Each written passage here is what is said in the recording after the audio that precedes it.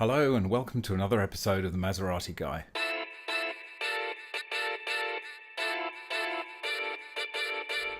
Given my rather checkered history with cars, as you'll soon discover, it's probably not a great idea to buy an Italian exotic.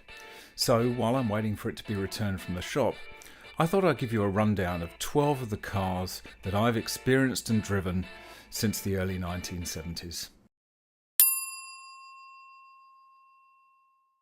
The first car I remember my father having was an NSU R080, probably one of the coolest cars on the planet. Had the looks of a spaceship and the technology to match. Had a semi-automatic transmission and it had a dual rotor Wankel engine. But that technology was also its biggest flaw. The seals wore on the rotors and they cost a fortune to replace. But I think that vehicle really inspired my love of automotive technology as a child. In 1976, my father bought one of the first Citroen CX models in the neighbourhood.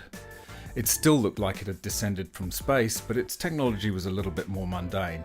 It did have hydropneumatic suspension, which adjusted the ride height according to the speed you were travelling. It was quintessentially French, and you really needed to have grade 7 piano before you could tackle the switchgear around the steering wheel. At the age of 17, I learnt to drive on a Rover SD1. We were playing catch up with my bank manager uncle, who had the V8 version, but our finances couldn't stretch to that, so we had to make do with the straight 6.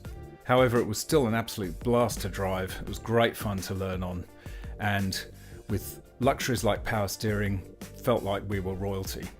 We still, however, had to wind up and down the windows.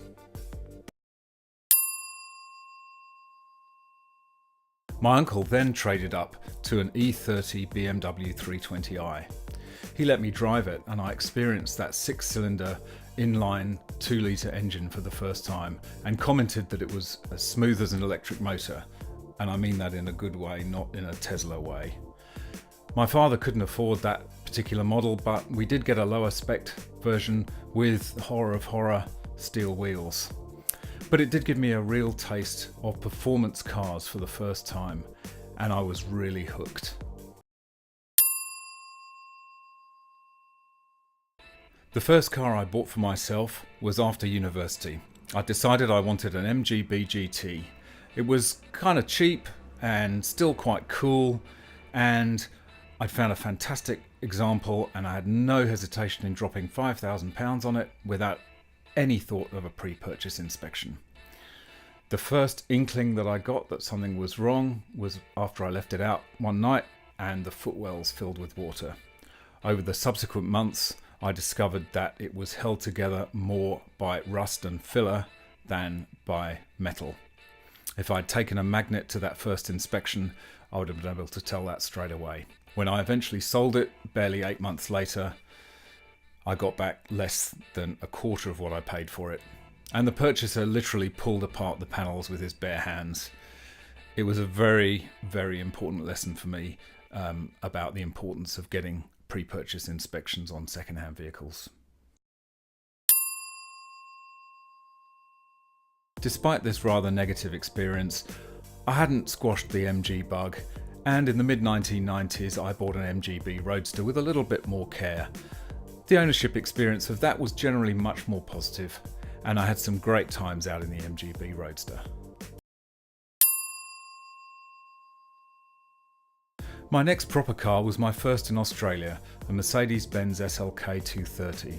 That was a fantastic little car with a zippy 4-cylinder supercharged engine. It was a blast to drive. And the steel convertible roof really made it 2 cars in one. But without any real back seats, it was time to upgrade to a slightly larger model, this time a proper ragtop.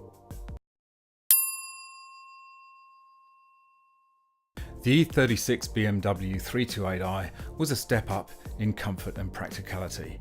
It was really more of a cruiser than a full-on sports car, but it was extremely comfortable, practical, and I had years of trouble-free motoring with that vehicle.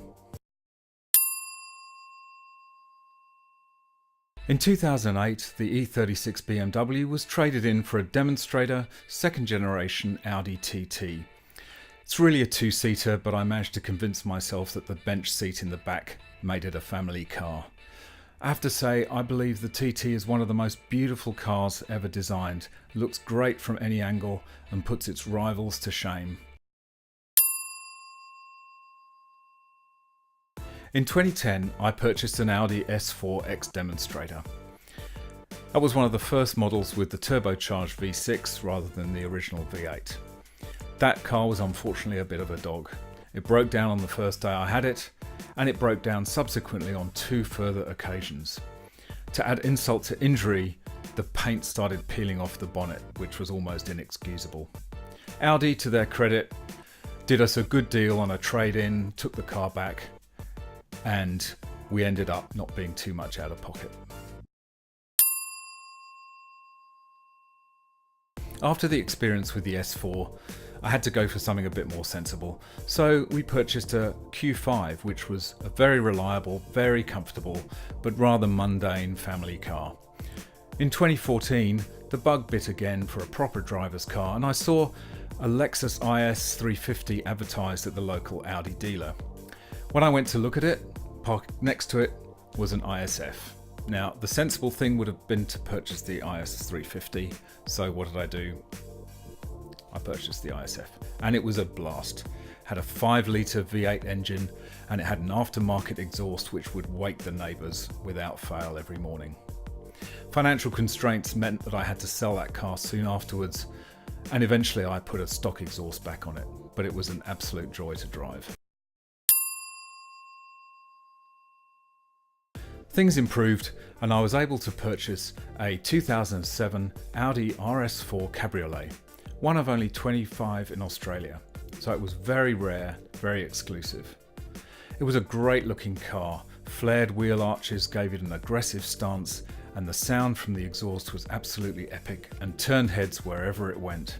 And that kind of brings you up to date with where we are today. I sold the RS4 to purchase the RS5, and then the subject of this channel will be the Maserati Gran Turismo Sport, the Audi RS5 Cabriolet, and the CL500 that you saw in the last video. Again, I hope you've enjoyed this introduction to the 12 cars that have really shaped my automotive life. If you liked the video, please give the like a click and don't forget to subscribe, and I'll see you in the next episode.